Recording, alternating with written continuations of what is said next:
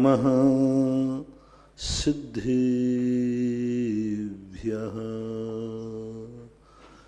जय श्री ओम नमः सिद्धेभ्यः।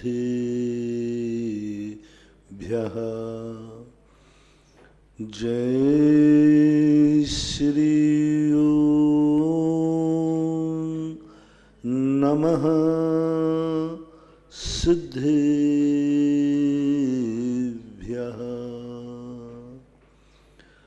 सर्वमंगल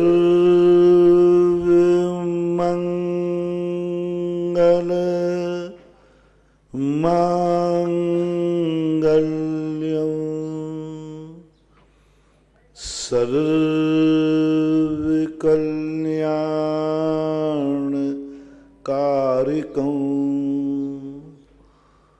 प्रधानं सर्वधर्माणां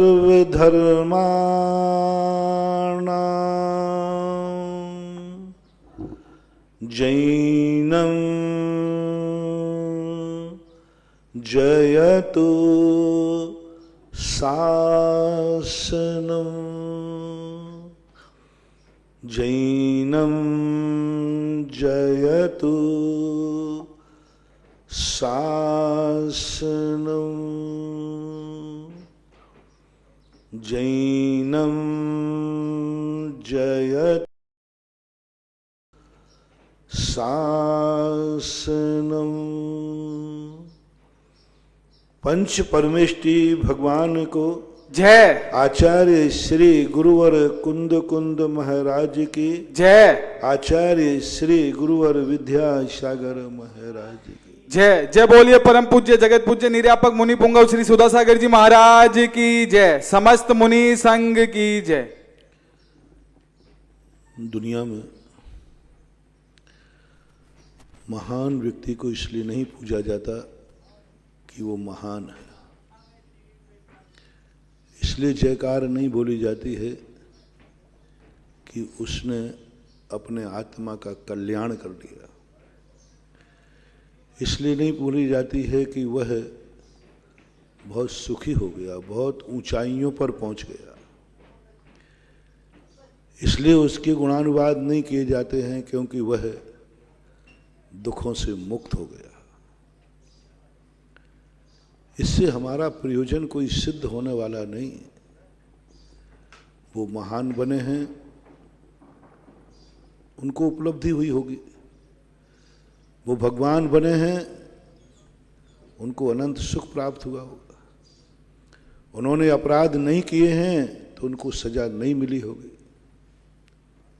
लेकिन फिर भी दुनिया महान व्यक्तियों की पूजा करती है, क्योंकि उसके पीछे जो कल मैंने प्रवचनों में कहा था, जब कोई महान व्यक्ति बनता है तो उसको क्या मिलता है मुझे पता नहीं, लेकिन सारे संसार को वो सब कुछ मिलता है जो वो स्वयं कभी प्राप्त नहीं कर सकता। एक जंगल के राजा को शेर कहा जाता है। मैंने सोचा इसको शेर क्यों कहा जाता है, ये तो बड़ा हिंसक है, बड़ा क्रूर है, बड़ा क्रूर है। लेकिन जब उसका एक नीति पड़ी कि शेर जब शिकार करता है तो सारे जानवरों को खाने को मिलता है, क्योंकि वो शिकार करता है बड़े हाथी का, गैड़ा का, ऊंट का, जिराफ का। उतना वो खाता नहीं, शेर बहुत कम खाता है, बहुत कम भोजन है उसका, लेकिन वो शिकार बड़ा करता है। तो शेर के खाने के बाद जो अन्य जंगल के जानवर हैं वो कहते मुझे तो कभी हाथी का मांस मिलना ही नहीं था बड़े, लेकिन शेर के कारण मिल गया। तो सारे जानवर कहते राजा साहब, राजा साहब, राजा साहब। वो शेर है इसलिए राजा नहीं है, वो क्रूर है इसलिए राजा नहीं है, शक्तिमान इसलिए राजा नहीं कहलाता। लेकिन जानवर, क्योंकि राजा तो स्वयं नहीं बनता, राजा तो प्रजा बनाती है, तो जानवर कहते नहीं शेर राजा है। बोले क्यों? इसकी बदौलत हमें खाने मिलता है। ये बात अलग है कि कई बार शेर ही उन्हें खा जाता है, लेकिन बहुत सारे जानवरों को शेर नहीं खाता, लेकिन शेर का शिकार भी जानवर खा जाते हैं, इसलिए वो राजा कहलाता है। मनुष्यों में कोई धनवान को व्यक्ति राजा क्यों चुनते हैं, शक्तिमान को राजा क्यों चुनते हैं? क्योंकि वो शक्तिमान है? नहीं, उन शक्तियों से बड़े बड़े तो लोग, बहुत सारे लोग होते, राक्षस होते। राजा इसलिए चुनते हैं कि उनके पुण्य के कारण से प्रजा को ना जाने क्या क्या चीजें मिल जाती है, क्या क्या चीजें देखने में आ जाती हैं, जो प्रजा जिंदगी में कभी प्राप्त नहीं कर सकती, वो राजा के निमित्त से प्राप्त हो जाता है। क्योंकि राजा का पुण्य इतना तेज है कि वे वस्तुएं उनको प्राप्त हो जाती। सेना कभी 6 खंड में नहीं घूम पा सकती, सेनापति ही नहीं घूम सकता, लेकिन चक्रवर्ती की बदौलत सारी सेना 6 खंड में घूम के आ जाती। सेनापति को कोई पूछेगा नहीं, लेकिन चक्रवर्ती का सेनापति होने से उसकी इतनी पूंछ होती है, सारे लोग उसका स्वागत करते, क्योंकि वो चक्रवर्ती का सेनापति। अन्यथा उसके जीवन में काहे को 6 खंड का सम्मान मिलना था। भक्तांबर में यही कहा, धनवान व्यक्ति कौन? जो पैसे वाला है, जिसके पास खूब धन दौलत है?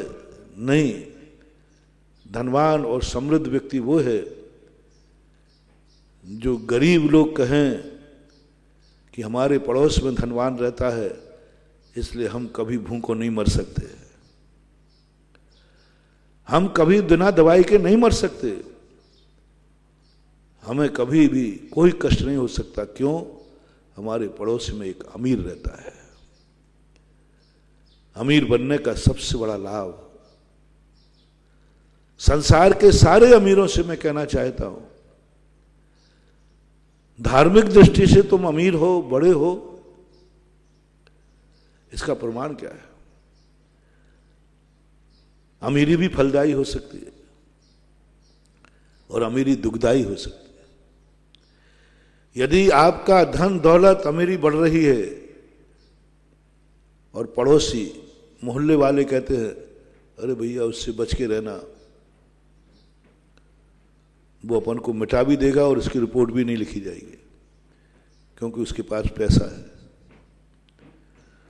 वो पैसे से हमें सब बर्बाद कर देगा।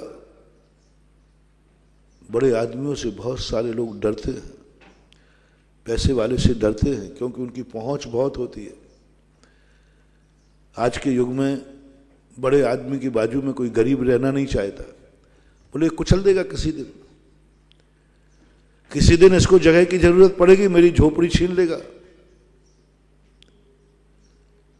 आजकल लोगों को अपने गांव में कोई अमीर को नहीं बसाना चाहते, इस युग में देखा, अमीर को बसने देना नहीं चाहते। वो कहते अमीरों को भगाओ यहां से, क्योंकि अमीर हमें मिटाएंगे, अपने स्वार्थ के लिए हमें शोषण करेंगे, इनकी पहुंच होती है, भगाते हैं। गांव से अमीर लोग क्यों भाग गए? उन्होंने कहा इनको भगाओ। मैंने गरीबों से पूछा कि आप अमीरों को क्यों परेशान करते, भाग जाएंगे? बोले महाराज ये भाग जाएंगे तो शांति हो जाएगी। बोले यही हमें लूटते हैं, यही हमें बर्बाद करते हैं, इनके पास सब कुछ है, हमें बर्बाद कर देते। मैंने कहा ये क्या धारणा बन गई, कितनी गंदी धारणा बन गई कि आज अमीर को बसाना नहीं चाहते, सब अमीरों ने गांव छोड़ दिए। मैं शेखावाटी में बिहार कर रहा था, तो वहां कुछ आसाम गए थे लोग, वो वहां मिले और उनसे पूछा मैंने कि भाई आप मारवाड़ियों को आसाम से क्यों भगाया जा रहा है? तुमने तो उनके ऊपर उपकार किया, उनको व्यापार दिया, धंधा दी, सब कुछ दिया, पर उनको ऐसी क्या घृणा है बोले महाराज बात कुछ बहुत रहस्यमयी है। मैंने कि बताने लायक हो तो बताओ। उन्होंने कहा महाराज शुरू में हम लोगों ने इनको इतना लूटा है, इतना लूटा है, क्योंकि हम लोग बुद्धिमान थे। 1 मीटर कपड़े को 4 तरफ से नापकर 4 मीटर का कहते थे, 4 मीटर के पैसे लेते। उन्होंने जो सज्जन थे उन्होंने खुद कहा मैंने खुद किया है। 1 मीटर, 2 मीटर, 3 मीटर और 4 मीटर। अब बोलो 1 मीटर को 4 मीटर के कपड़े के लेते थे, पैसा लेते। वो जूते होते ना बाटा कैरोना के, उसमें एक शिल्प लटकती है 25 रुपया 95 पैसा। तो वहां ले जाकर क्या कहते ये तो है, बोले ये तो एक जूते का है, इतने दूसरे का है। अब बोलो अब दोनों जूतों की एक शिल्प है, लेकिन बोले ये तो एक जूते का है, इतने दूसरे का जानना चाहिए, ये है। बोले इतना लूटा है क्योंकि वो सब जंगली लोग थे, आदिवासी लोग थे, कुछ नहीं जानते थे, कुछ नहीं जानते थे, दुनिया जानते ही नहीं थे, वहां सड़कें ही नहीं थी। हम लोग इतने अमीर होकर के वहां पैदल जाते थे, बैलगाड़ी से जाते थे, ऊंट गाड़ी से जाते थे, क्योंकि कमाई हो रही है।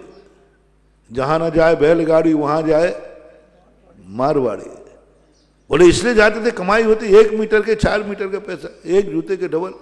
इसलिए हम लोग सहारे, मारवाड़ी कहीं भी जाएगा तो ध्यान रखना धन के पीछे जाएगा, और धन के लिए मारवाड़ी कहीं भी जा सकता है। वो बाप को भी छोड़ देगा, गुरु को भी छोड़ देगा, धर्म को भी छोड़ देगा, मंदिर को भी छोड़ देगा, सब छोड़ देगा, बस उसको धन का लोभ दिखना चाहिए। इसे आप देखना पूरे भारत में, और सारी जातियां कहीं किसी प्रांत में नहीं मिलेंगी, सब में, लेकिन मारवाड़ी हर प्रांत में मिलेगा, हर प्रांत में मारवाड़ी मिलेगा। इसलिए जब रोडों पे मैं चलता हूं तो हमें मिल जाता मारवाड़ी ढाबा। मैंने कहा यहां मारवाड़ी ढाबा कहां से आ गया? क्योंकि ना मालूम है कि यहां मारवाड़ी लोग एक भी प्रांत भारत का नहीं है जहां मारवाड़ियों का राज्य नहीं हो, व्यापार नहीं हो, क्योंकि उनको कोई लेना देना नहीं। घर उजाड़ देंगे, माँ बाप को छोड़ देंगे। पूरी शेखावाटी देखो, धन के कारण से आसाम में, पांडुचेरी में, पता नहीं कहां कहां पड़ी है। माँ बाप दुखी हैं तो होने दो, कोई मतलब नहीं, धन मिलना चाहिए। और ये कमाने का तरीका, अब वहां के लोग पढ़े लिखे हो गए। अब पढ़े लिखे होने के बाद उनको पता चला कि इन्होंने तो हमें इस ढंग से लूटा हमारे पूर्वजों को, तो वे गुस्सा आकर के भगा रहे, हटा रहे। ये नीति जिसके जीवन में आ जाए, जिस देश में जाओ वो देश तुम्हें अपना दुर्भाग्य माने।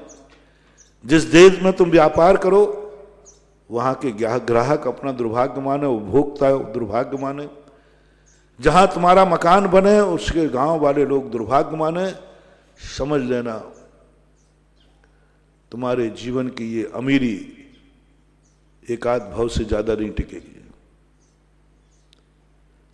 रावण जब कहीं निकल जाता था लोग सोचते थे कि अब संपट स्वाहा होना है। वो किसी को सुखी रहने नहीं देता था। वैष्णव दर्शन के अनुसार तो और बड़ी विचित्रता है, और बड़ी विचित्रता। डरते थे कि रावण की दृष्टि ना पड़ जाए अपने ऊपर, ऐसा रहता था। और देख लो ऐसा बर्बाद हुआ, एक भाव के बाद ही एक एक दाने को मोहताज हो रहा है। सारे अमीर आदमियों से मेरा कहना है, खास तौर से अपने भक्तों से कहना है, तुम्हारी यह अमीरी, मेरी भावना है ये अमीरी अंतिम भाव की अमीरी ना हो। मेरी तो भावना है कि मेरा भक्त जो अमीर है आज, वो जब तक अमीरी में वृद्धि करता रहे, जब तक वो तीर्थंकर चक्रवर्ती केवल ज्ञान प्राप्त ना करे। मेरा भाव रहता है अमीरी मिले या नहीं मिले, ऊंचाइयां मिले या नहीं मिले, डाउनफॉल नहीं होना चाहिए, डिमोशन नहीं होना चाहिए। एक कदम आगे बढ़ो या ना बढ़ो, लेकिन आगे बढ़ा हुआ कदम पीछे नहीं आना चाहिए। मत बढ़ो आगे, कोई बदल नहीं, किसी भी क्षेत्र में हो, किसी भी क्षेत्र में हो, चाहे तुम्हारे धर्म के क्षेत्र में हो, चाहे तुम्हारे संसार के क्षेत्र में हो। मेरी एक भावना रहती है, धर्म के क्षेत्र में भी हम हर व्यक्ति से कहते हैं, देखो इस धर्म के क्षेत्र में यदि तुम कदम बढ़ा रहे हो तो बढ़ाओ, बहुत अच्छा है, लेकिन फिर कदम पीछे मत लाना, फिर घर की तरफ मत देखना, मन में ये परिणाम मत लाना कि इससे अच्छे तो हम घर में थे। ये परिणाम आ गया तो इसको बोलते हैं भ्रष्ट, इसको बोलते हैं पतन, इसको बोलते हैं डाउनफॉल। और ऐसा गिरा हुआ व्यक्ति कभी उठ नहीं पाता, कभी नहीं उठ पाता। और जिसने कदम बढ़ाए ही नहीं है उस व्यक्ति का अभी कुछ भी गड़बड़ नहीं है, क्योंकि अभी उसने कदम, वो फैल की कोटि में नहीं आता, वो फैल की कोटि में नहीं आता। लेकिन जो आगे बढ़ करके पीछे आ रहा है उसको फैल कहते हैं।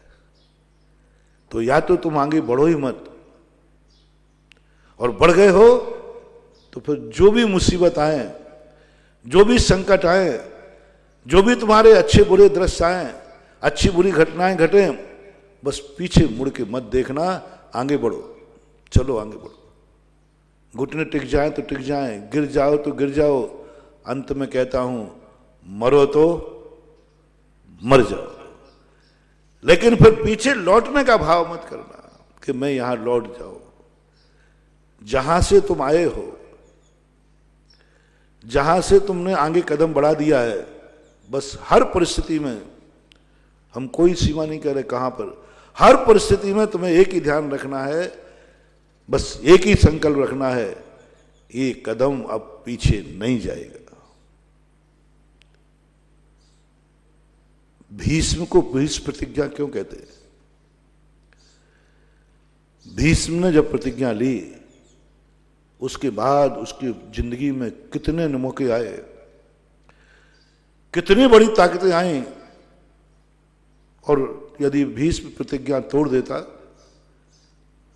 तो निंदा नहीं होती, प्रशंसा ही होती, क्योंकि परिस्थिति थी।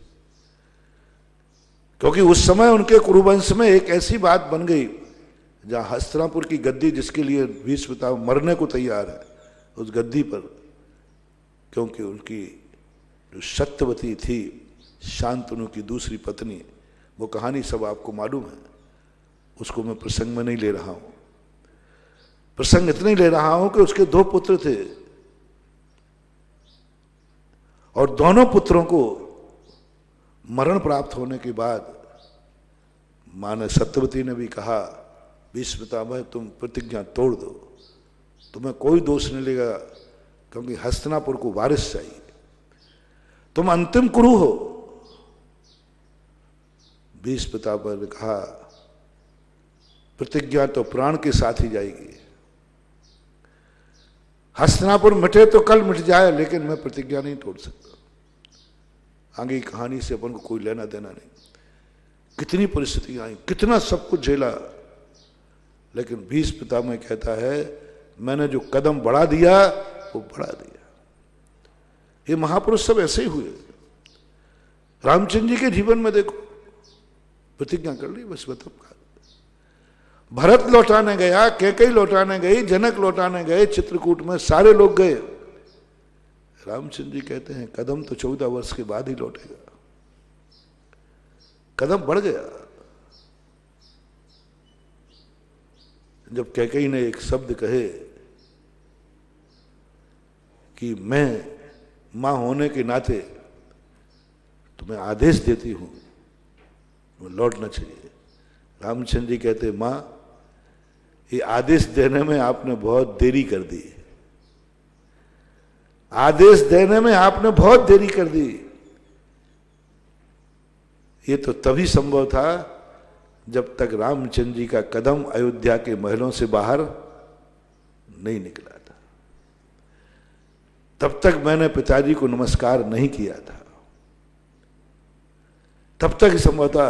अब तो राम का कदम बढ़ चुका है, अब तो पूरा 3 लोग भी आ जाए तो भी गुरु ने भी कहा, वशिष्ठ भी राम के पक्ष में हो गए थे, राजगद्दी के हित में था, लेकिन रामचंद्र ने कहा कि नहीं, कदम बढ़ चुका, सवाल इसका नहीं है सत्य क्या है असत्य क्या है, सवाल इसका नहीं है कि सुख किसमें है दुख किसमें है, सवाल इसका नहीं है कि मुझे अयोध्या लौटने में फायदा है कि नहीं लौटने में, सवाल इतना सा है कि कदम बढ़ चुका है। प्राण जाए पर प्रण नहीं जाई, रघुकुल रीत, बस कदम बढ़ गया है, अब जाएंगे। सभी लोगों की जिंदगी में यही देखा, बस बढ़ गया। महानुभाव, तुम्हारी जिंदगी में और कुछ चाहिए या नहीं चाहिए? आज मैं वह उपदेश देना चाहता हूं तुम्हें, हर व्यक्ति के लिए, जो जिस क्षेत्र में बढ़ रहा है उसको एक ही संदेश है, कदम पीछे मत हटाना। इससे अच्छा है कि मत बढ़ो, मत बढ़ो। एक कदम कम चलोगे तो कोई फर्क नहीं पड़ता, लेकिन एक कदम आगे चलकर पीछे आओगे तो महान फर्क पड़ता है। एक कदम नहीं चलोगे तो नहीं चलोगे, कोई बात नहीं।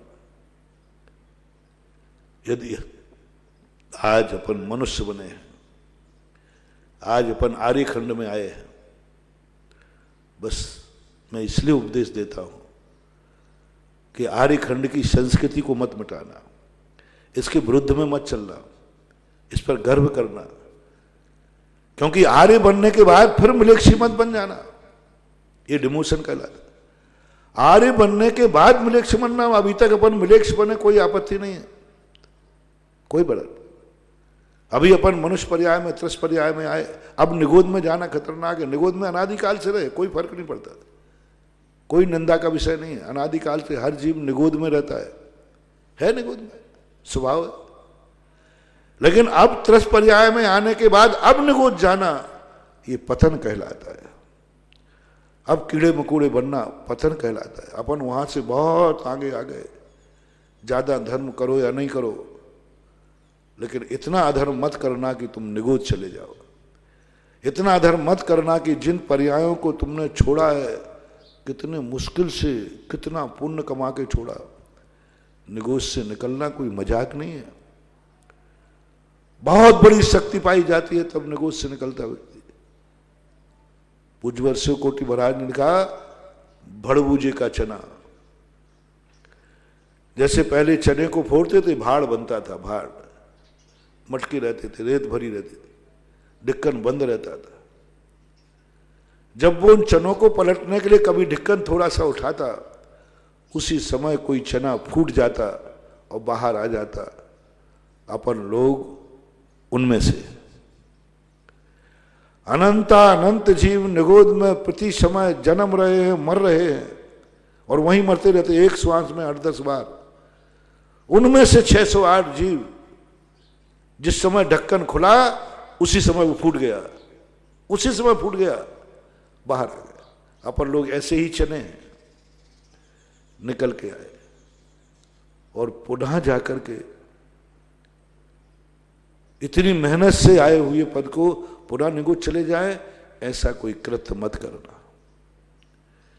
फिर अपन वहां से आकर पेड़ पौधे बने, पृथ्वी काय बने, 10-10 हजार वर्ष की आयु। पेड़ों में ऐसे ही नहीं है, आकाश से गिरे और खजूर पे अटक गए, निगोद से निकले, एक इंद्रियों में भटक गए, लो साहब पेड़ बन गए। अब एक पेड़ में उत्कृष्ट आयु वनस्पति काय की 10,000 वर्ष है, और पेड़ों की तो हालत क्या है, अग्नि लगी कुछ नहीं कर सकते, लोग काट देते हैं कुछ नहीं कर सकते, तूफान में टूट जाते कुछ नहीं कर सकते। और ऐसी पर्यायों को बहुत बार धारण करने के बाद फिर पृथ्वी काय बने, 22,000 वर्ष की आयु पृथ्वी काय की। उन आयु में जाके बढ़े। और पृथ्वी काय कितने भेद हैं, कभी कंकड़ बने, कभी पत्थर बने, कभी पृथ्वी बने, कभी मिट्टी बने, कभी क्या क्या बने। 36 भेद है पृथ्वी काय के। उन 36 भेदों में अनंत अनंत बार अपन लोग जन्म लिए, तब कहीं जाकर के वहां कोई फिर जल काय बन गए। तो जलकाय की उम्र सबसे कम होती है 7 दिन की, 7,000 जलकाय की 7,000 वर्ष की होती है। अब जल कितना बने, जितने समुद्रों में जल है एक बूंद बराबर से भी कम उसका छोटा शरीर होता है, अंगुल के संख्या भाग में पूरी जल राशि बने। अब इतने बार जल में उत्पन्न हुए, फिर अग्नि बने तो 3-4 दिन 7-8 दिन, 3 दिन रात का विशेष मिलता है, 7-8 का भी मिलता है, 3 का विशेष प्रवाहमान है। 3 दिन रात तक अग्नि में बने। अब कितनी अग्नियां जलती रही, अब कौन सा रहेगा, वायु का है। वायुकाय के 3,000 वर्ष, एक बार वायुकाय में जन्म जाओ 3,000 वर्ष तक भी रह सकता है उत्कृष्ट रूप से। अब इतने करने के बाद फिर जाकर के 30 पर्याय में आए बेइंद्री। अब बेइंद्री में क्या बन गए, लट जो नाली में होते ना कीड़े बिलबिलाते हैं, जो रैंक के चलते हैं वे कीड़े, अब नाली के कीड़े बने। ओह क्या नाली के कीड़ों की दुर्दशा। नाली में कीड़े थे, किसी ने छार पटक दिया, किसी सुनार के यहां से निकल रहे थे वो कीड़े जा रहे थे, उसी समय उसने चांदी धोने की जो तेजाब थी ना वो नाली में डाल दिया। अब लो साहब तड़पते रहो, मरते रहो। कीड़ों की क्या जिंदगी है। जितने संसार में जीव आज हैं ये सब इसी दशा में आए। एक भी जीव आज पंचम काल में दुनिया में नहीं है जो कभी कीड़ा नहीं बना हो, जो पेड़ पौधे नहीं बना हो। अभी कीड़े की बात है, एक भी व्यक्ति, जब भी तुम किसी कीड़े को देखना, अपनी अतीत की पर्याय को देख लेना। आगम वचन है, जिनेंद्र भगवान का वचन है। आप भिष्टा में जाकर देख कीड़ा दिख जाए कहीं तो आप तुरंत समझना मैं भी कभी इसमें था। नाली में कीड़े दिखें, कभी फोड़ा फुंसी में कीड़ा दिखे, जहां जहां कीड़े दिखें तुरंत 1 मिनट को आप अपनी अतीत पर्याय का स्मरण कर लेना, मैं भी कभी ऐसा था। अब कीड़ों की दशा देखकर कल्पना करो कि वो कीड़े कितने दया आती उन पर, उनकी जिंदगी क्या है। पर वो जिंदगी अपन गुजार चुके हैं। वहां से ज्यादा चले तो चींटी बन गए, मकोड़ा बन गए, बिच्छू बन गए, काकरोच बन गए। जितने ये पैरों से चलने वाले कीड़े हैं इनमें हर कीड़े में अपन लोगों ने जन्म लिया है। हर कीड़े में मत समझना, सब अपना अपना अतीत देखना। कोई मत समझना मैं थोड़ी जन्मा होऊंगा, मैं तो महाराज हूं। नहीं, सबका इतिहास वही है, सबका इतिहास वही है। जन्म के अंगना अलग अलग हैं, मरण का मरघट एक। सब मर करके ऐसी योनियों में जाके जन्मते रहे। अब जन्म कभी ऊपर उठ गया तो आगे जाकर के फिर जितने ये मच्छर तुम्हें काटते हैं ना, तुम भी कई मच्छर थे, अपन सब मच्छर थे। जितने मच्छरों को देखो सब में अपनी अतीत पर्याय देखना, मैं भी कभी इसमें था, एनाफिलीज भी था। जितने मच्छर, जितनी मक्खियां हैं, ये मक्खियां उड़ती हैं ना तो अपन यूं भगाते, मक्खी आ गई।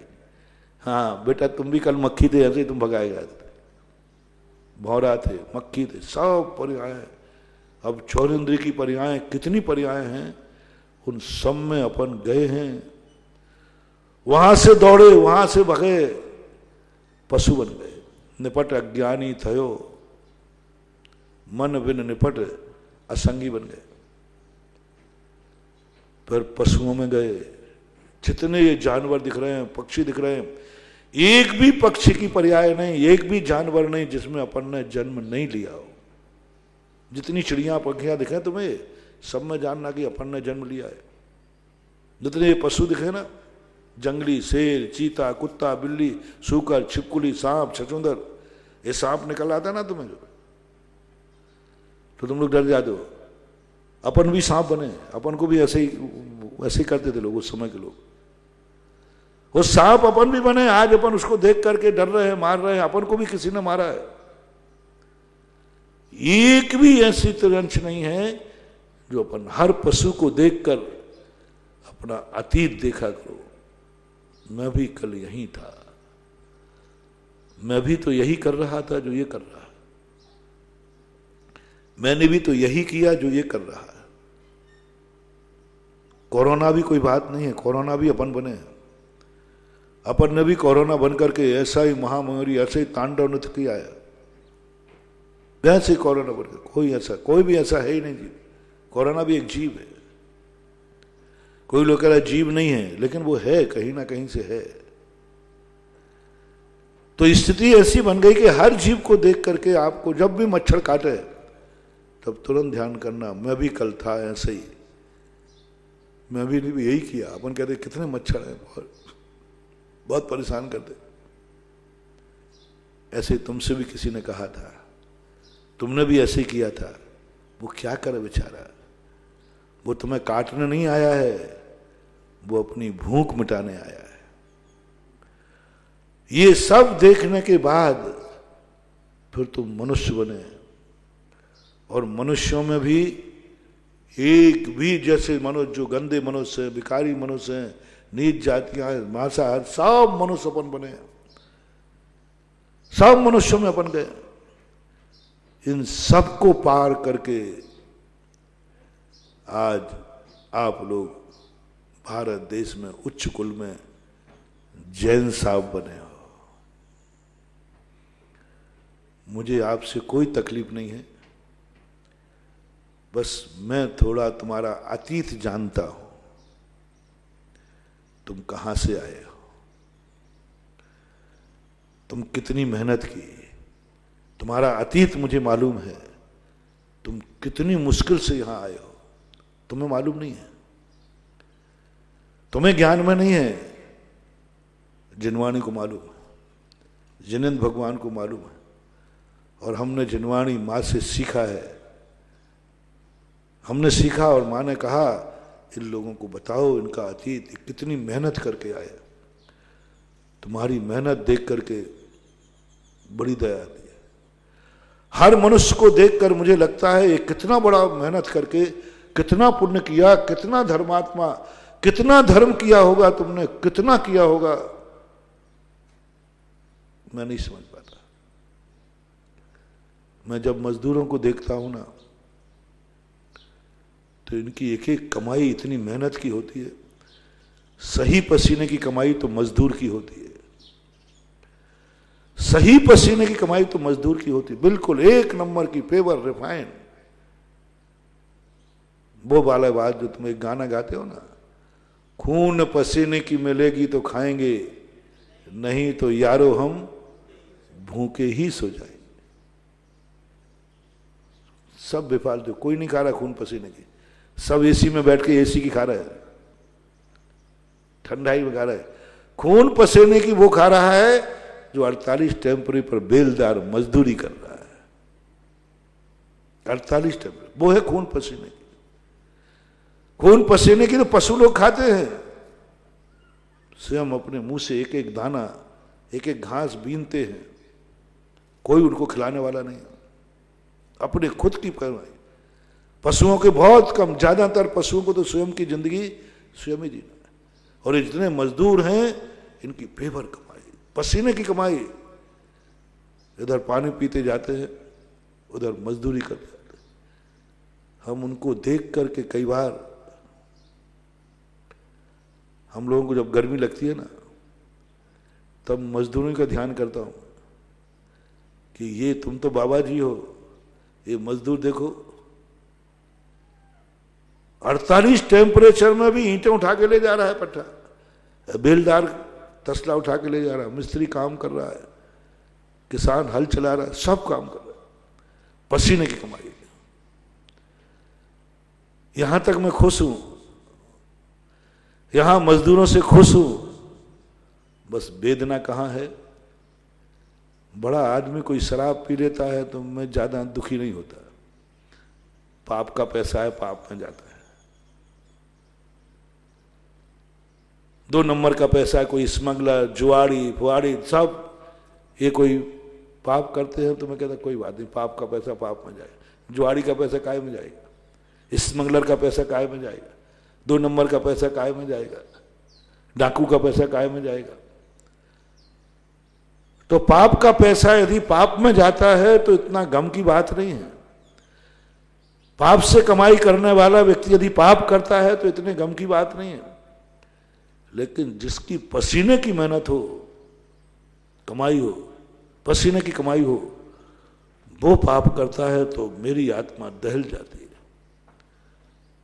बस मेरी एक ऐसी बात, भावना है, पूरी तो होगी नहीं लेकिन भावना तो कर ही सकता हूं। जितने पाप हैं दुनिया के वो करें जिनकी पाप की कमाई है। लेकिन हमारा मजदूर जिसकी पसीने की कमाई है, मेहनत की कमाई है, नौकरी करने वाले लोगों से मुझे सबसे ज्यादा दया करता है। नौकर की भी पसीने की कमाई है, ऊपर की कमाई छोड़ दो, रिश्वतवादी बहुतायत नौकर वो हैं जिनको कोई रिश्वत लेने का कोई चांस ही नहीं है। बहुत सारे नौकर हैं जिनको नौकरी का वेतन मिल जाए यही बहुत है, ऊपर की कमाई तो कोई सवाल ही, क्या करेंगे ऊपर की कमाई, है ही नहीं, कोई साधन ही नहीं। ऐसे दुनिया में कितने अच्छे नौकर हैं जिनको ऊपर की कोई कमाई नहीं है, बस जो मेहनत कर रहे हैं, जो ड्यूटी दे रहे हैं, बस वही ड्यूटी, वही मेहनत, वही उनका जिंदगी है।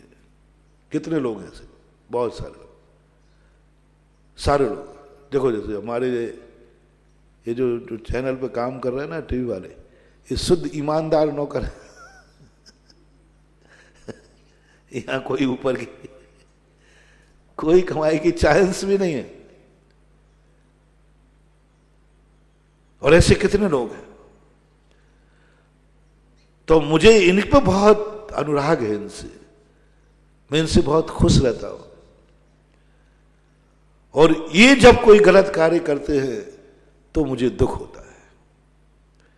एक पाप से जो कमा रहा है, 2 नंबर में कमा रहा है, जुआ से, स्मगलर से, सबसे कमा रहा है, वो कहते महाराज जी ये बहुत शराब पीता, मुझे कोई फर्क नहीं पड़ता, नहीं पीता होगा, पापी का पैसा पाप में नहीं जाएगा तो कहां जाएगा।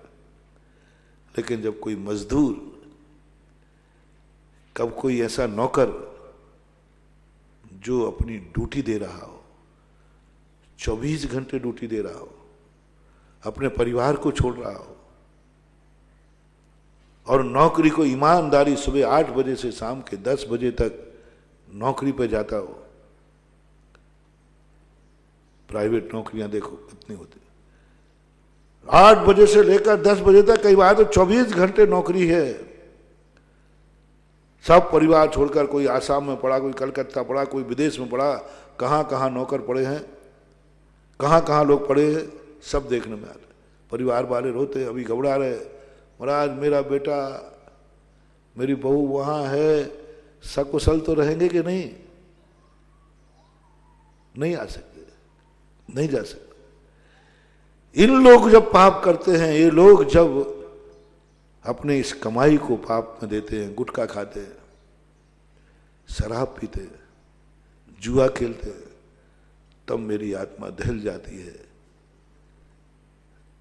महानुभाव अच्छे नौकरों से, अच्छे मजदूरों से, अच्छे गरीब व्यक्ति से, जिसकी कमाई पसीने की है, उनसे मैं बहुत करुणा दया करके कह रहा हूं, तुम अपने पैसे को कहीं किसी गलत कार्य में मत बहाना, नहीं तो तुम बर्बाद हो जाओगे। उसने तो पाप के पैसे को पाप में लगाया, उसको ज्यादा पाप बंद नहीं होगा, उसे उसकी आत्मा कभी अभिशाप नहीं देगी। लेकिन गरीब को इसकी आत्मा अभिशाप देगी। स्वयं की आत्मा कहेगी मैंने कितनी मेहनत से पैसा कमाया, मैंने कष्ट उठाए, सब उठाए, और तूने मेरे कमाई से गुटखा खरीद लिया, मेरी कमाई से तू जुआ खेल गया, मेरी कमाई से तूने अय्यासी की, मेरी पसीने की कमाई से तूने शराब की तरफ मुख कर लिया। अब ऐसा वरदान, ऐसा अभिशाप मिलेगा, ऐसा अभिशाप मिलेगा, 100 भवों तक अब नौकरी भी नहीं मिलेगी, मजदूरी भी नहीं मिलेगी, कोड़ में खाज और हो जाएगी, क्योंकि तुम्हारा पैसा 1 नंबर का है। पसीने का है, पसीने का है। जो तुम्हारे पसीने का पैसा हो उससे पाप मत करना, उसको गलत कार्यों में मत लगाना। यदि मेरा मन है कि जितनी ये शौक की चीजें हैं, गुटखा, तंबाकू, बीड़ी, सिगरेट, शराब, जुआ, ये उन अमीरों को है जो पाप से अमीर बने हैं, जो डाकुओं से अमीर बने हैं, जो स्मगलर से अनु बने हैं, पापानुबंधी पुण्य से जो अमीर बने हैं, सैद्धांतिक भाषा, उनके लिए ये पाप बनाए गए थे। लोग कहते शराब महाराज ये दुनिया में बनाई क्यों? अरे बनाना शराब बहुत जरूरी है, जुआ बहुत है, सब पाप जरूरी है। दुनिया में यदि पाप खत्म हो जाएंगे, समझ लेना दुनिया में से जेल और पुलिस चौकियां खत्म हो जाएंगी। पापियों को सजा कौन देगा? पापी लोग जब तक पाप नहीं करेंगे तो उनको दंड कौन देगा? यदि रावण सीता को नहीं उठाता तो कौन मारता उसे? तो कर्म कहता है इससे पाप कराओ। कर्म को जब सजा देना होती है, एक सिद्धांत और बना लें, जब जब तुम्हारा भाव किसी पाप करने का हो रहा हो, समझ लेना कर्म तुम्हें सजा देने का बहाना ढूंढ रहा है, कर्म तुम्हें डाउनफॉल करने का बहाना ढूंढ रहा है, कर्म तुम्हारी दुर्गति करने का बहाना ढूंढ रहा है। क्योंकि कर्म कहता है मैं बिना इसको दुर्गति कैसे भेजूं, कैसे भेजूं इसको? तो कर्म कहता है इसकी ऐसी मति करो, ऐसी बुद्धि करो जिससे पाप अपने आप पाप करे, तभी तो मरेगा, नहीं तो कैसे मरेगा, कैसे दुर्गति होगा? कर्म अपना दुश्मन है और दुश्मन का काम है हमसे उल्टे काम कराना। दुश्मन हमेशा उल्टे काम कराएगा जिससे तुम फंसो, जेल में जाओ।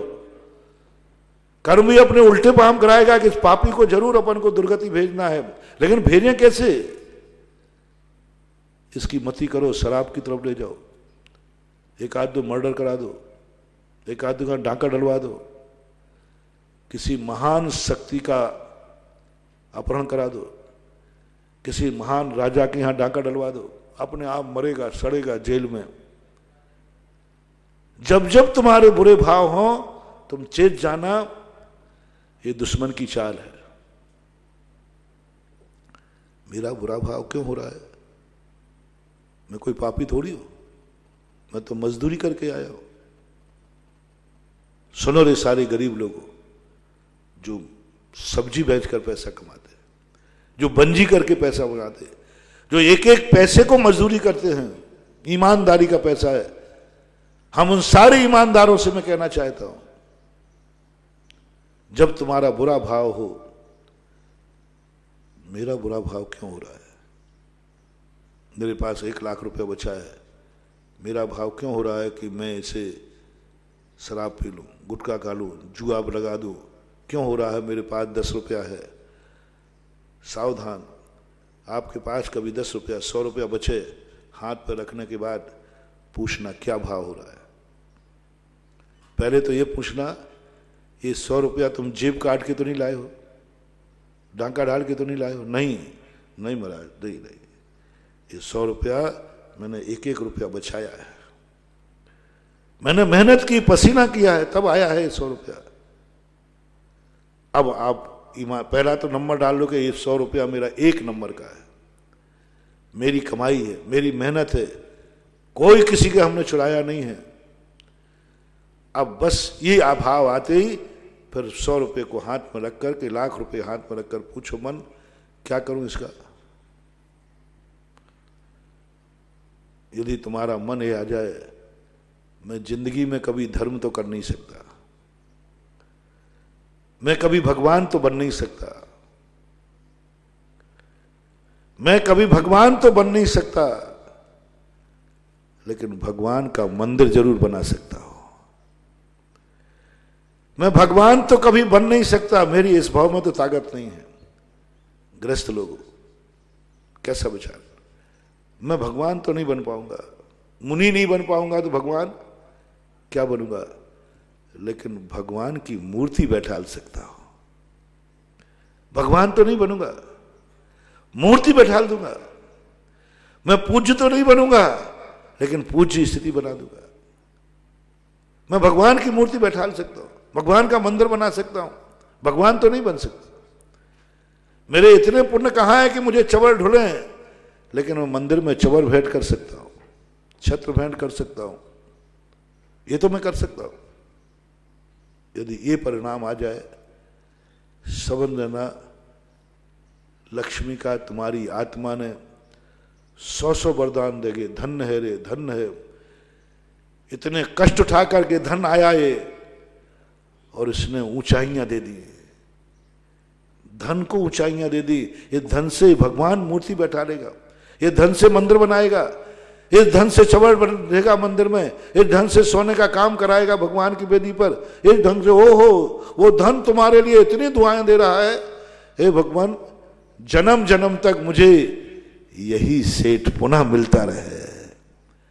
देख लो गरीब को क्या क्या दिया उस धन ने, इसको मैं अब सेठ बनाऊंगा।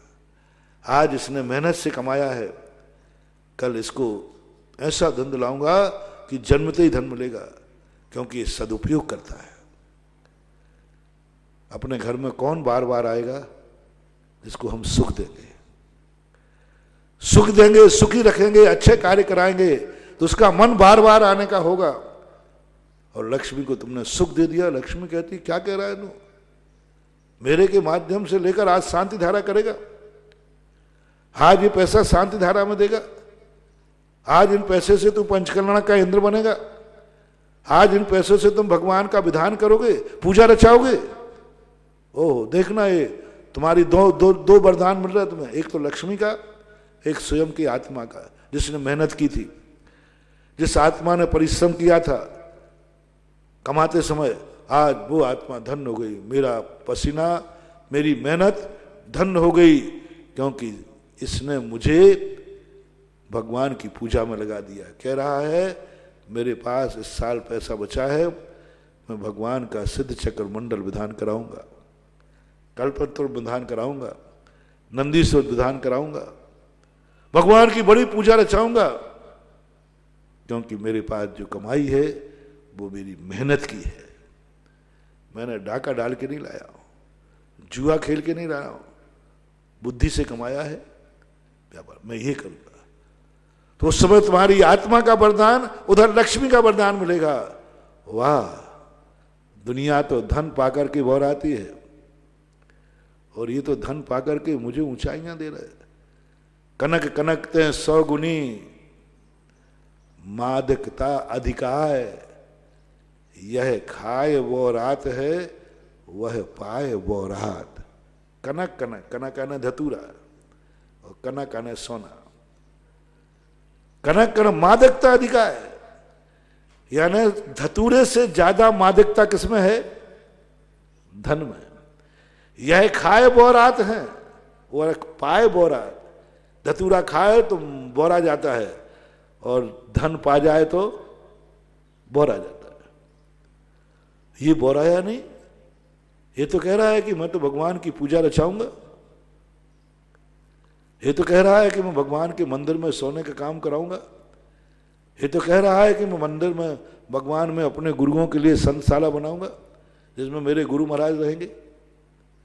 ये तो कह रहा है कि मंदिर में कोई धर्मशाला बनाऊंगा, जहां मेरे भगवान के भक्त रहेंगे, हमारे भगवान हमारे गुरु के भक्त आएंगे, वहां आएंगे। ये तो कह रहा है कि मैं तो चतुर्मास का कलश बैठा लूंगा, जैसे हमारे महाराज का, हमारे गुरु का चतुर्मास। ओहो, इसने तो मुझे गुरु की सेवा में लगा दिया, इसने तो गुरु के चतुर्मास में लगा दिया, इसने तो मुझे भगवान की सेवा में लगा दिया, इसने तो मुझे धर्मात्माओं की सेवा में लगा दिया। ये तो कह रहा है कि मैं इस पैसे से किसी रोगी की दवाई कराऊंगा। ओह, इसने तो मुझे दान का रूप दे दिया। ये तो कह रहा है कि मैं पशुओं की रक्षा गौशाला में लगाऊंगा, इन्होंने तो मुझे अहिंसा में लगा दिया। मैं हिंसा से आया था और अहिंसक बन के लाज चला गया। मैं हिंसा से आया था और इसने अहिंसक बना दिया। अब वो धन तुम्हें वरदान पर वरदान दे रहा है, बस वो पड़ता है जन्म जन्म तक मुझे इसी के यहां मिलना पड़े, क्योंकि ये मेरे सदुपयोग करता है। दूसरा भाव यदि आपको आ जाए, कोई पाप का पैसा थोड़ी है, कोई दूसरे का पैसा थोड़ी है, ना कि अपना एक नंबर का है, कुछ भी करूंगा, मैं तो जुआ खेलूंगा, शराब पीऊंगा, गुटखा खरीदूंगा, कोई भी करने का, तुरंत दो अभिशाप तुम्हारे पीछे। एक तो स्वयं का पसीना कहेगा, स्वयं का आत्मा कहेगी मैंने कितनी मेहनत से 100 रुपया कमाए, 48 टेम्परेचर पे तसले उठाए हैं, मैंने दूसरे की नौकरी कर करके 100 रुपया बढ़ा पाया है। तो आत्मा तुझे खुद की आत्मा कोसेगी, इतना कोसेगी, इतना कोसेगी खुद की आत्मा। और दुनिया के अभिशाप कट सकते हैं, लेकिन जिस बात पे अपनी स्वयं की आत्मा कोस दे वो अकाट होता है। दुनिया के अभिशाप कट जाएंगे, अपनी आत्मा अंदर से अभिशाप आ जाए, कोई गलती ऐसी कर ले अपन जिसको अपनी आत्मा कोई कष्ट हो जाए, आत्मा कहती कितनी मेहनत से तूने गुटखे में लगा दिया। हर गरीब से मेरा कहना है तुम्हें कोई अभिशाप नहीं देगा, तुम्हारे दुश्मन ज्यादा नहीं है, भगवान तुम्हें देगा नहीं। हम गुरु लोग तो तुम पे दया करते हैं, लेकिन हे गरीब लोगों, कहीं तुम अपनी खुद की आत्मा का अभिशाप मत ले लेना। हर गरीबों से मेरा कहना है, यदि तुम्हें किसी दुश्मन की, पहली बात तो गरीब के कोई दुश्मन होते नहीं, क्या दुश्मन, कोई दुश्मन क्या पालेगा। और यदि है तो सारे गरीबों के दुश्मनों की बद्दुआएं, सारे गरीबों के दुश्मनों के तुम्हारे ऊपर कोई दुष्प्रभाव पड़ने वाला है, उसकी जिम्मेवारी मैं लेता हूं। कोई भी दुश्मन मेरे गरीब को कभी भी बद्दुआ नहीं दे सकेगी, ये मेरा आशीर्वाद, मेरी छाया रहेगी। मैं उसका वज्र कपाट बनने को तैयार हूं। किसका? उस गरीब का जो मेहनत से कमाई करते है, उस नौकर का जो मेहनत से नौकरी करता है, उस धनवान का जिसने परिश्रम से मेहनत करके पैसा कमाया है। ऐसे व्यक्तियों को मैं दुश्मन से बचाऊंगा। कोई दुनिया, प्रकृति भी कुछ नहीं, भगवान तुम्हें गाप हिसाब देगा नहीं, पक्का है। गरीबों को कभी नहीं देता। साधु भी गरीब को क्या देके करे, हम लोग भी नहीं देते, गरीबों पर दया करते। देखो ना अभी गरीबों पर कितनी दया कर, कितना दया कर रहा हूं गरीबों पर। मैं साधु होकर जिसे दुनिया से कोई लेना देना नहीं, हमें भी दया आ गई और घोषणा कर दी, लॉकडाउन के समय कोई गरीब भूखा मत मरना, कोई भूखा मत मरना। और जैन कुल में जन्म लेकर भूखा मरने का सवाल ही नहीं, कह दिया। लोग आ रहे, कम से कम 300 से ऊपर की संख्या पहुंच गई है जैनियों की। कई लोग तो बिल्कुल भूखे बैठे थे, कहीं था ही नहीं, उनको कोई पूछ ही नहीं रहा था।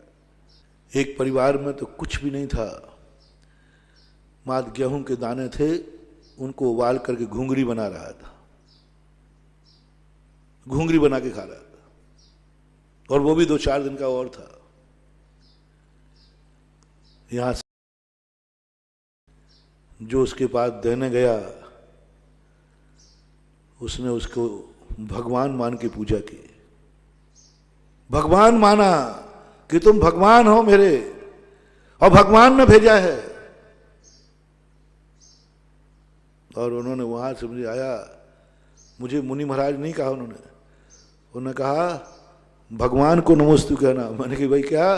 बोले महाराज जी ने मुझे पास भेज दिया, गुरु महाराज ने, दिगंबर गुरु ने, जिससे दुनिया से कोई मतलब नहीं। दिगंबर गुरु बनने कोई मतलब नहीं, मरे तो मरे, जिए तो। गुरु महाराज ने करुणा की, उन्होंने आशीर्वाद देके भेजा है, अब वो तो जीवन। इसलिए चिंता मत करना। साधु लोग भी गरीबों पर कभी भी अभिशाप नहीं देंगे, नाराज नहीं होंगे। हो जाए तो उनसे भी मैं बचा लूंगा। भगवान का अभिशाप कभी होता नहीं, और किसी को डर लग रहा हो तो चिंता मत करना, भगवान के सामने इतना ही बोल देना कि भगवान आप नाराज मत होइए, मैं सुधा सागर का भक्त हूं। इतने में भगवान नाराजगी छोड़ देगा, चिंता मत करना, भगवान मेरे भक्त से कभी नाराज नहीं हो सकता, ये मेरा दावा है। मेरा दावा है भगवान नाम की शक्ति मेरे भक्त से कभी नाराज हो ही नहीं सकती, असंभव। इतनी पैर मेरी भगवान के चरणों में है कि भगवान ने मुझे वरदान दिया है कि मैं तेरे भक्त से कभी नाराज नहीं होऊंगा। मेरे से नाराज हो जाए, वो नहीं दिया वरदान मुझे, उसने ये समझ, हाँ ध्यान रखना मैं क्या करूं, ये नहीं दिया कि मैं तेरे से कभी नाराज नहीं होऊंगा, ये वरदान मुझे नहीं है ही नहीं, अभी तक भी नहीं वरदान। मेरे ऊपर खूब नाराज होते हैं, लेकिन एक वरदान जरूर भगवान ने दिया है। मेरी भक्ति से प्रभावित होकर मैंने अरहंत भगवान की महिमा गाई, मैंने शांति धारा की महिमा गाई, इस गंधोदक की महिमा गाई, तो भगवान ने कहा अच्छा जा, मैं तेरे भक्त से कभी नाराज नहीं होऊंगा। हे भक्तों, भगवान का वरदान मैंने तुम्हें बता दिया, भगवान तुमसे कभी नाराज नहीं होगा, क्योंकि मुझे विश्वास है जो नाराज होता है वो भगवान नहीं होता, और जो भगवान है वो नाराज नहीं होता। और मेरा भगवान खोटा है कि चोखा? मेरा, और मेरा भगवान चोखा है, वो नाराज होता ही नहीं, तो फिर नाराजगी का घोषणा करने में क्या आपत्ति है? नाराज होता हो तो हालांकि तुम लोग मान लेते हो भगवान नाराज है, मुझे मालूम है कि मेरा भगवान, जो मेरा भगवान है, हे भक्त लोगों, उसकी नाराजगी की तुम चिंता मत करना। मैं तुम्हारे भगवान की बात नहीं कर रहा हूं, नहीं तुम अपने भगवान की बात करने लग जाओ, मैं हमारे भगवान की बात कर रहा हूं, मेरे भगवान। हाँ, तुम्हारे भगवान पता नहीं कौन कौन है, तुम्हारे भगवान, तुम्हारे तो भगवान ही मालिक है, तुम्हारे तो पता नहीं कितने भगवान है। कभी में रास्ते चलते एक पत्थर मिल जाए तो पत्थर ही भगवान है। मेरा जो भगवान है, मेरा दावा है, क्योंकि मेरे विश्वास से मेरी खोज कच्ची नहीं हो सकती। भगवान मेरा हीरा है, तो मैं भगवान को परखने वाला जौहरी हूं। महावीर भगवान की जय।